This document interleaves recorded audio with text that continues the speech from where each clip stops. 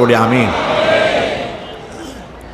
কিয়ামতের ময়দানে জাহান্নামের গর্জন হাসরবাসীরা শুনতে পাবে। আল্লাহ রাব্বুল আলামিন বলেন, ইদা উলকু ফিহা সামিউ লাহা শাহীকান ওয়া হিয়া তাফুর। যখন জাহান্নাম গর্জন করতে থাকবে, জাহান্নামের প্রচন্ড গর্জন, তাকাদু তামাইয়াজু মিনাল গায়দ, মনে হবে যেন জাহান্নাম গোসায় ফেটে পড়তে চাইছে। কুল্লামা উলকিয়া ফিহা ফাওজুন সাআলাহুম খাজানাতুহা আলাম ইয়াতিকুম নাযীর।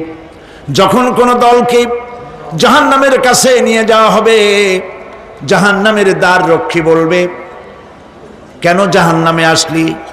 এই কঠিন জাহান্নামের পরিণতি সম্পর্কে কেউ কি তোমাদেরকে কিছুই শোনায় নাই?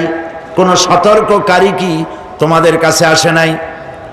জাহান্নামীরা বলবে, ক্বালু বালা ক্বাদ জাআনা নাযীর, হ্যাঁ আমাদের কাছে সতর্ককারী এসেছিল। ফাকাযযাবনা ওয়া কুলনা মা নাযালাল্লাহু মিন শাই। আমরা সতর্ককারী আমাদেরকে জাহান্নামের কথা বলেছে, জান্নাতের কথা বলেছেন, আমরা এটাকে মিথ্যা মনে করেছি আর মনে করেছি আল্লাহ সব কিছুই নাজিল করে নাই। জাহান্নামীরা আফসোস করে বলবে, ওয়া ক্বালু লাউ কুন্না নাসমাউ আও নাআকিলু মা কুন্না ফি আসহাবিস সাঈর।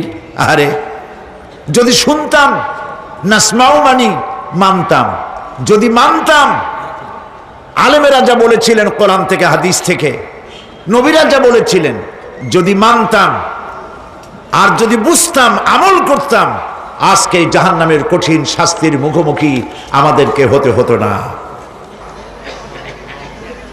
প্রিয় ভাই সব, জাহান্নাম বড় কঠিন জায়গা হবে।